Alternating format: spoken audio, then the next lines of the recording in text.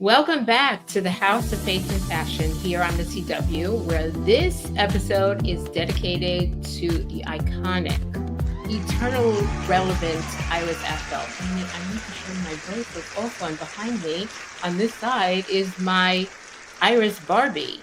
But our next guest is no slouch. He's not just a celebrity stylist, but a visionary whose impeccable taste has left an indelible mark on the world of fashion. Renowned for his collaboration with the one and only Queen Bee, Beyonce herself, our guest has not only elevated the looks of the music royalty, but also become a style icon all to himself. From the red carpet to global tours to the Met Gala, he's been the creative force behind some of the most iconic looks we've ever seen. Today, we have the honor, and I'm also like to call him my friend, of sitting down with the fashion maestro, the trendsetter, the man who turns dreams into reality, Ty Hunter. Hi, Toby. How are I you? like hearing you with me. Welcome That to the intro was show. lovely. You love it? You can put it in your PR pack if you want, but Oh, I meant every word. thank you. Thank you. You You know, look it's actually, fabulous, by the way. am I channeling my iris? Am I Yes, doing I'm my loving the iris? new And hair color. yes, actually, these are from Iris. She gave them to me. This is Beautiful. from her personal, and these are her eyewear. I mean, I think she's had so many things. Yeah, We all have a lot to learn from her. Let's put it that way. we do. I love all the stacking, like how she just like stacks many bracelets and stuff. Like you're doing it. There we go. I hear I I hear love. her I hear her saying to me, "What happened to the other arm, Toby? You're leaving the Yes, other arm bare." But yes. She's you know, always. I don't want to make too much noise with all this jingling that's going on. So, Ty, your journey is not just a success story; it's a testament to the transformation of the power of fashion, which is right up my alley. So, I'm excited to dive into your experiences, insights, and the lessons learned from a career that is defined by elegance and glamour. I mean, you have transformed what is now royalty. And we're obviously got to start with, the obvious one, Beyonce. We all want to know. Last week, I actually dedicated it to Western wear because she single-handedly has now revived country Western Yeah. looks. So I'm just now continuing. Every week I just want to have respect for the greatest that they're out there. But you dressed her from the very beginning. So how did that collaboration happen? And share to all my audience of aspiring stylists. Tell us. Just talk. Okay. How the collaboration happened, I'm gonna try to make this really quick, but I was in the medical field and I found out a good friend of mine. I worked on artificial heart valves. I used to send under a microscope. And this place became a place I dreaded because I found out a really good friend of mine had a heart valve.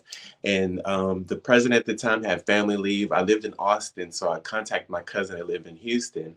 And I went to my boss and told him a little lie. I was like, I'm having family issues. I need a little time. And he was like, we love you here. You can come back whenever you want. And I knew that I had 3 months. So I contacted my cousin who lived in Houston, Texas. And I was like, can I come stay with you for a week or two? But that ended up being forever. And I ended up moving there because I loved Houston. And so I started working at different stores and doing visuals at different stores in Houston. And fast forward, I ended up meeting the lovely Miss Tina Knowles, Beyonce's mom. And being that my mom was 4 hours away, when you meet Miss Tina, she just had this motherly, you already know her kind of aura to her. And I just fell in love with her and we just stayed in contact and I started helping her with different projects. And as I progressed and started working for a store called BB, which everyone knows about BB, I'm sure you Of probably have a course. few of those Of around course. t-shirts in your drawer from back in the day. Absolutely. For back in the day. I was going to say that from back in the day. It was Absolutely. the Yes. place back in the day. Mm-hmm. I was working there and I had met each girl separately and had a relationship, but I wasn't a starstruck person. And the girls were like really growing and they were like neighborhood superstars and had went beyond. And they were known for No No No, but when Charlie's Angels Independent Women dropped, they were like growing, growing, growing. And Miss Tina was like, I'm gonna get you out of here one day. I didn't believe her, but I had a day off and I called her, and the rest is history. My first job was the Survivor video and the Grammys. Oh my God. I'm a survivor. Okay. I see those outfits. I see those outfits. You know what? You have dressed them to a point where when you hear the song, you actually see the clothes. And that to me is remarkable brilliance, Ty. I I I am I am so appreciative of your genius. And I'm not even saying that, I'm saying that really, it's not light.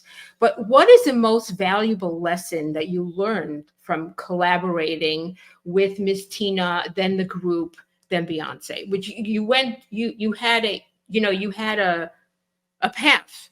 Yeah, I would definitely say just overall work ethic. Like Beyonce is one of the hardest working people I've ever experienced, and what is the hardest working person I've ever experienced in my life. Like she dedicates so much to her craft, and she learns so much in her craft. Not just She's not just going up there singing. She's learning about the light. She's learning about sound, and she's learning about all of the behind the scenes. And just from that, I would have days where we would work hours and hours, and I'm like, how can I complain when this young lady is on the stage performing, yet going home and looking at the footage of what she's done and choreography and all those things. So it's not even about the clothes. It's just her work ethic is just beyond.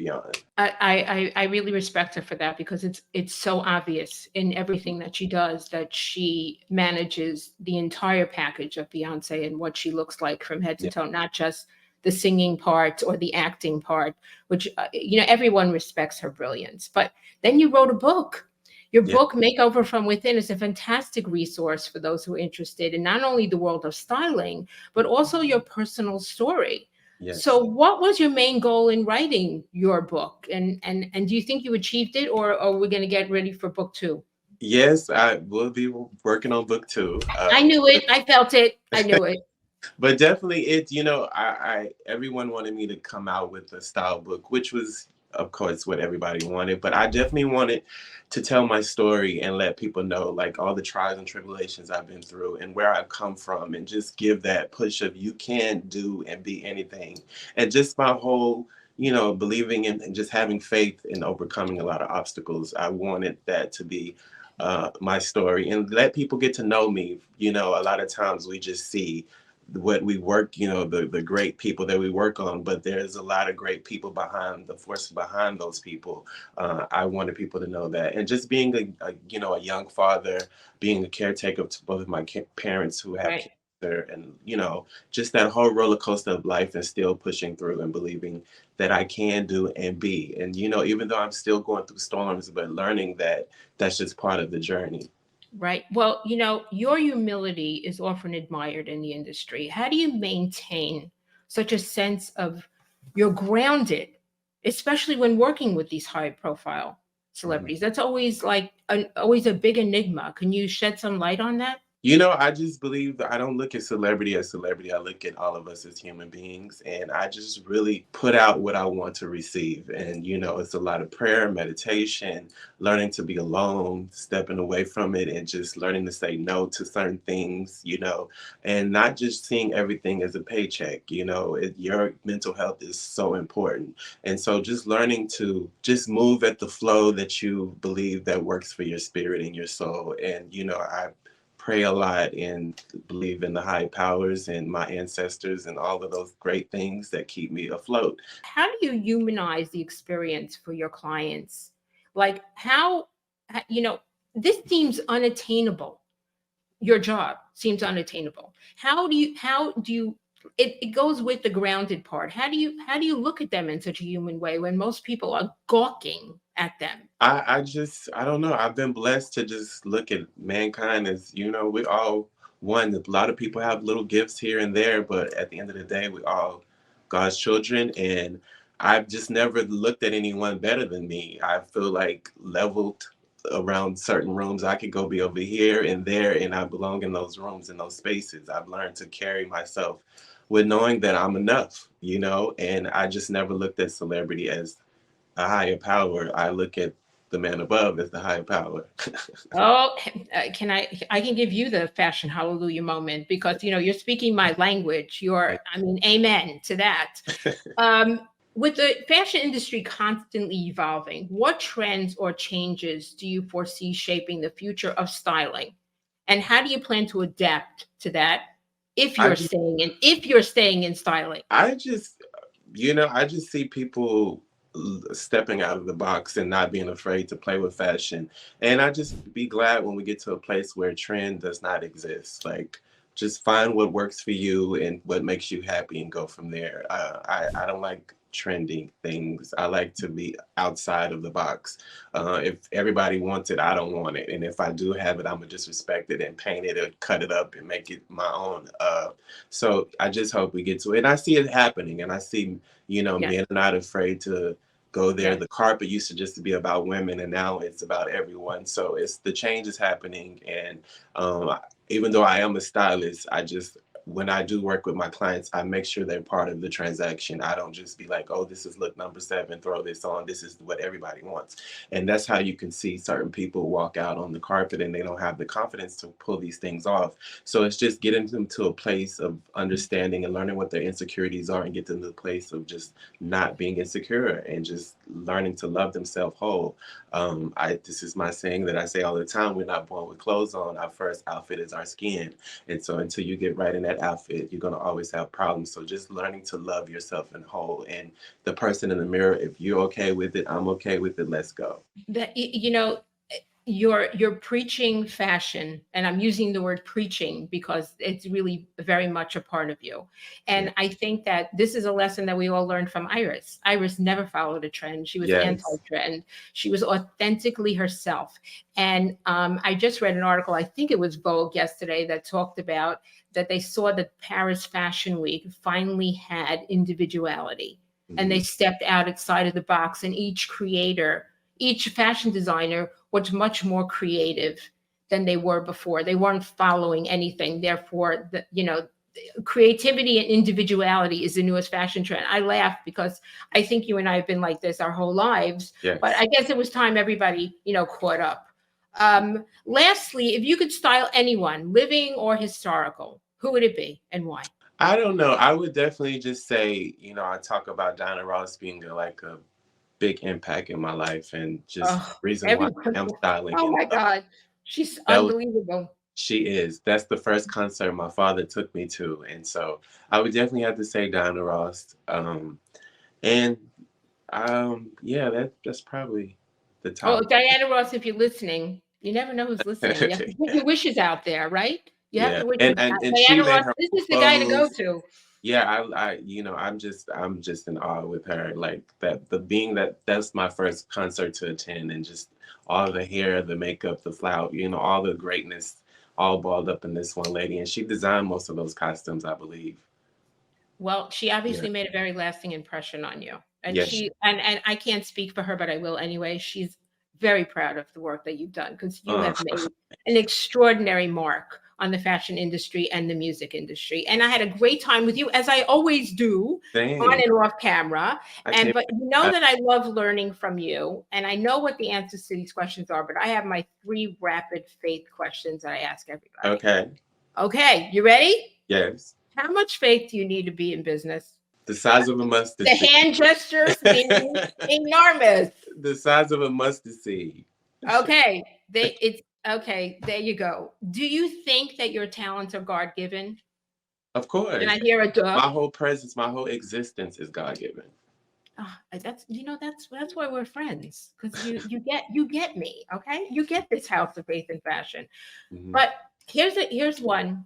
If you had to how would you describe how a person should dress to a house of worship? I just say in a respectful manner, if you're doing too much. Yeah, You mean it's like you have even an getting dressed, internal like stylist that says, "No, no, no, take that off or that, put that that you're gonna get on." the message comes to you when like trust me, you'll know if you're doing too much. Oh, okay, okay. So you have to listen to your, "Hey, that's too much," Yes, or yes. get If dressed, you put have to something ask else on. someone or question it in your mind, it's too much. That's a good answer. Good answer. Thank you so much for joining Thank me, you. Ty. And how can our viewers, the ones that aren't already your followers, because I can't imagine anyone that isn't, how do they keep up with you and everything that's going on? Okay, on my social media platform, it's Ty Try One. People think it's Ty Tyrone. It should have been, but it's too late anyway.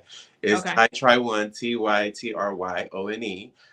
You can go to tytry1.com to purchase my book and learn everything about me. My wonderful manager, Vanessa, put all that together. And she is wonderful. Also, what else? I have handbags coming out on the 15th of this month. So be on the lookout for that. I did a collaboration with A Cloud, and I'm really excited about that.